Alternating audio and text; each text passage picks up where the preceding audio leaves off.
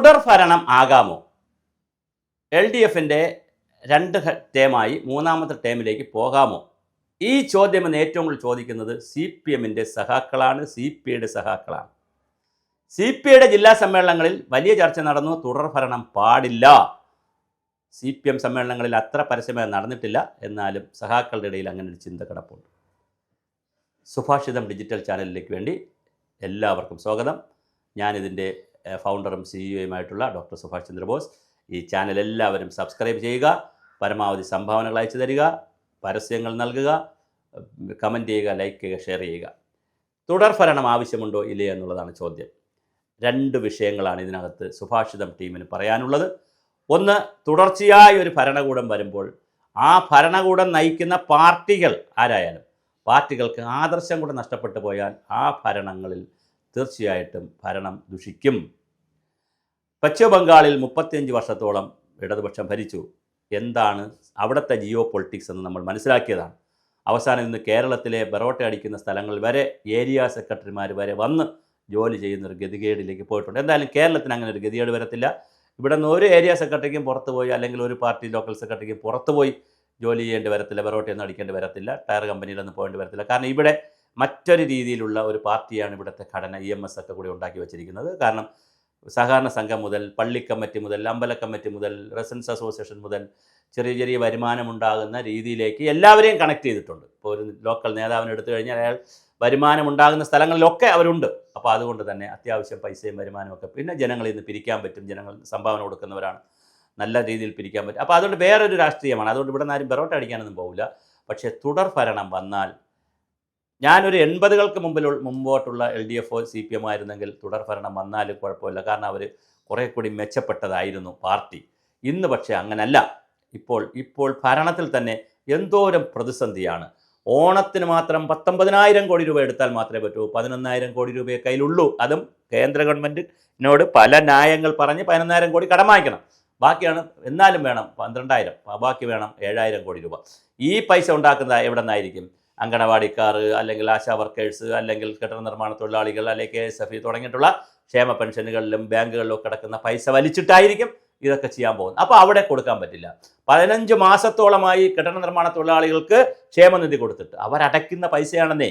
അവരടയ്ക്കുന്ന പൈസ അങ്ങോട്ട് കൊടുക്കാനാണ് ഈ ബഹളം.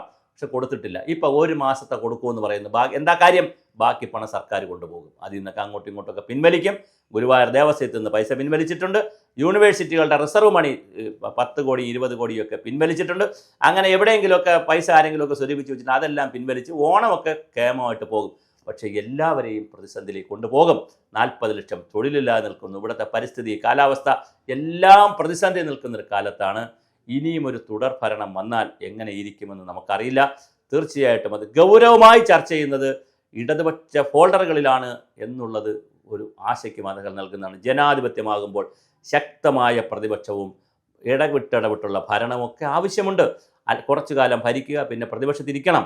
അല്ലെങ്കിലുള്ള പ്രശ്നം എന്ന് പറഞ്ഞാൽ ഇനി ഞങ്ങൾക്കാരെ പേടിക്കാൻ. 2ാമത്തെ ഗവൺമെൻറ്റിനും അങ്ങനെ വന്നു. ഇനി 3ാമതൊരിക്കൽ കൂടി വന്നാൽ വീണ്ടും അത് വന്നേക്കാം.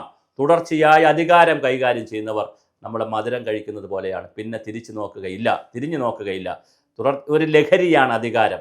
അതിൽ ഒരുപാട് കൂട്ടായ്മകളുണ്ട്, ഒരുപാട് ആളുകളുണ്ട്. ഇതിൻ്റെ ഗുണം നുകരുന്ന ഒരുപാട് പേരുണ്ട്. അത് വരുമ്പോൾ മറ്റൊരു കേരളമായി പോകും. ഞാൻ 1-2 കാര്യങ്ങൾ പറഞ്ഞുകൊണ്ട് ഈ വീഡിയോ അവസാനിപ്പിക്കാം. നിങ്ങൾ തീരദേശം മുതൽ മലനാട് വരെ എടുത്തു നോക്കൂ.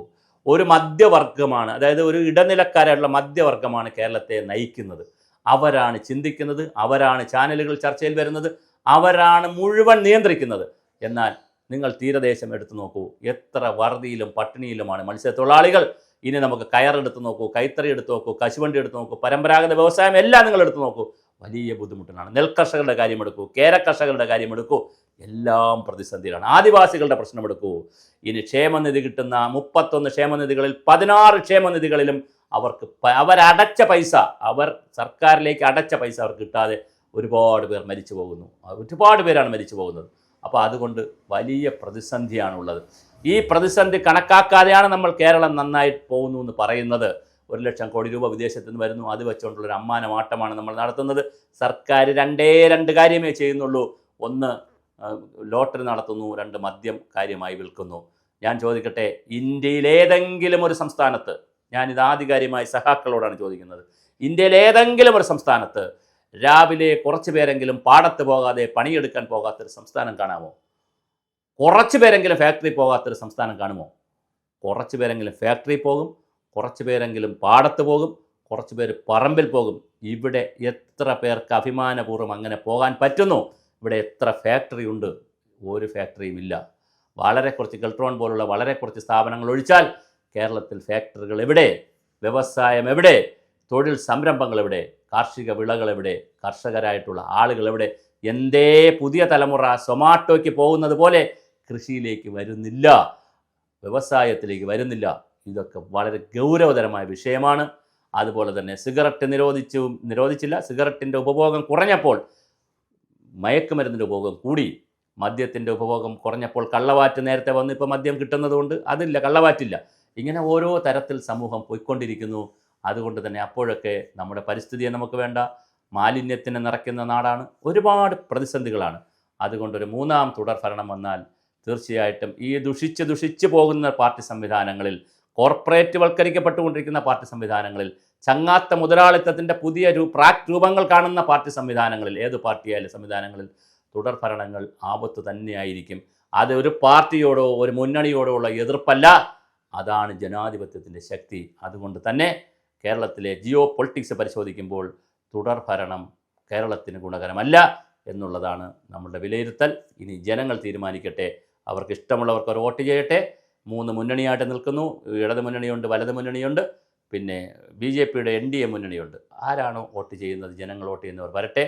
ഞങ്ങൾ അവരോടൊപ്പം അവരുടെ നല്ല കാര്യങ്ങൾ പറയാനുമുണ്ടാകും, മോശം കാര്യങ്ങൾ പറയാനുമുണ്ടാകും. സുഭാഷിതം ചാനലിന് ഒരു രാഷ്ട്രീയവുമില്ല. അതുകൊണ്ട് തന്നെ എല്ലാ നല്ല കാര്യങ്ങളും ഞങ്ങൾ പറയും, മോശം കാര്യങ്ങളെ അതിശക്തമായ ഭാഷയിൽ വിമർശിക്കുകയും ചെയ്യും.